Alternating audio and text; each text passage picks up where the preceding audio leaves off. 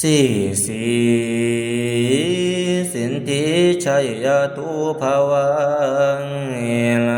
ชายมังคลาดิธีวันนี้เป็นวันดีวันเด็ดที่สุภเลืองถึกหน่วยชื่อว่ามหามงคลยังมีพญานางผู้มีบุญองค์หนึ่งเสด็จมาจากเมืองมันเมืองคำพง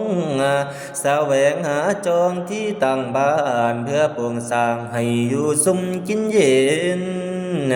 ความทุกข์เห็นจังให้บ่มีพ่อจึงตั้งต่อปลูกแปลงไปพระเมตไตรโพธิเจ้าว่าดีบ่อนนี้แต่ก่อนกี่พระเจ้าสร้างโพธินสมพันธ์พาแพ่พยามารผู้สาโหดบ่อนนี้บ่อนพระเจ้าโพนสันตะนิกรบ่อนน้องธรณีเอาคำปลูกไว้พระแก่นไทยอยู่สวัสดี10,000 ปีบ่มีโพยภัยมาต้องบัดนี้เจ้าสินั่งอยู่ห้องแก้วก็เงินกองคำเขาสินำแก้วแหวนมาให้กับข่อยขาสวงใสหลูลังไหลมามีสักดาลิทธิองค์อาจฝูงมูเยอสิได้ตั้งของฝากละมาหามกับทั้งพันละเยอนุ่มน้อยน่าเสื่นสอยโสภาบัดนี้ข้าจักแต่งขันดอกไม้เสื่นเจ้าเข้ามาสู่เฮือนเขาฟันตกต่อเจ้าจะได้หักเมืองเหนือเขาฟันตกคือเจ้าจะได้หักเมืองนา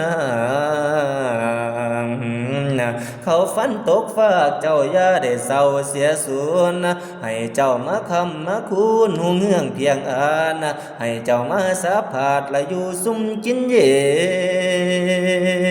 นความเขกขวงอย่าให้ได้ความไข่อย่าให้มี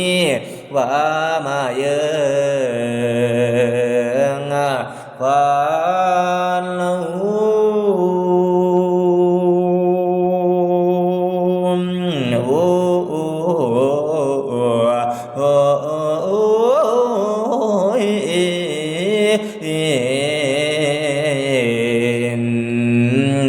ให้ขวัญเจ้านี่ละมาอยู่เฮือนพื้นเป็นอย่าแฝกมุงนาละให้ขวัญเจ้านี่นานี่นานี่นานี่นานี่นามาอยู่เฮือนพื้นเป็นอย่าข้ามุงที่เสาเฮือนเจ้าพ่อสร้างล่างสร้างเฮือนเจ้าละพ่อสร้างเขียนละเสียนเฮือนเจ้าละพ่อสร้างเกมหลังใหญ่แท้อยู่เจ้าอยู่สำบายนั่นละนะฝันเยี่ยม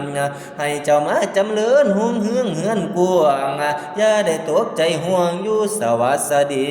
ละย่อเฮือนคั่วขึ้นให้ได้เป็นเฮือนราดละย่อปราสาทขึ้นให้ได้เป็นยอดธาตุจอมทองละเฮือนหงคำย่อขึ้นเป็นรถแก้วยกขึ้นแล้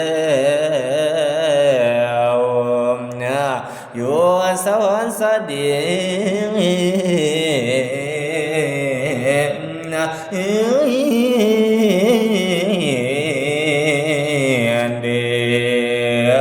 บัดนี้คอยจักชื่อเอาขันเจ้าเฮือนให้มา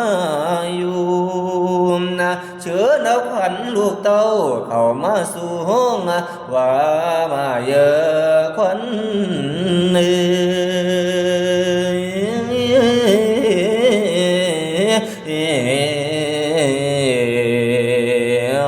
ขวัญเจ้านี่ละมาอยู่เฮือนเสาแก่นละมาอยู่กันทะลุงเพียงมาอยู่เตียงเก่าหานว่ามาเยอะขวัญเอ๋ยละมาพลังยาสาละชวนทั้งขวัญอ่อนละหัวมาราเข้ามาสู่เชิญขวัญเจ้าทุกมัวเข้ามาสู่เฮือนซ่านบ้านไม่คันจะมาหอดแล้ว ความทุกข์อย่ามาไกลความไข่อย่าให้มีนั่นละนะฝัน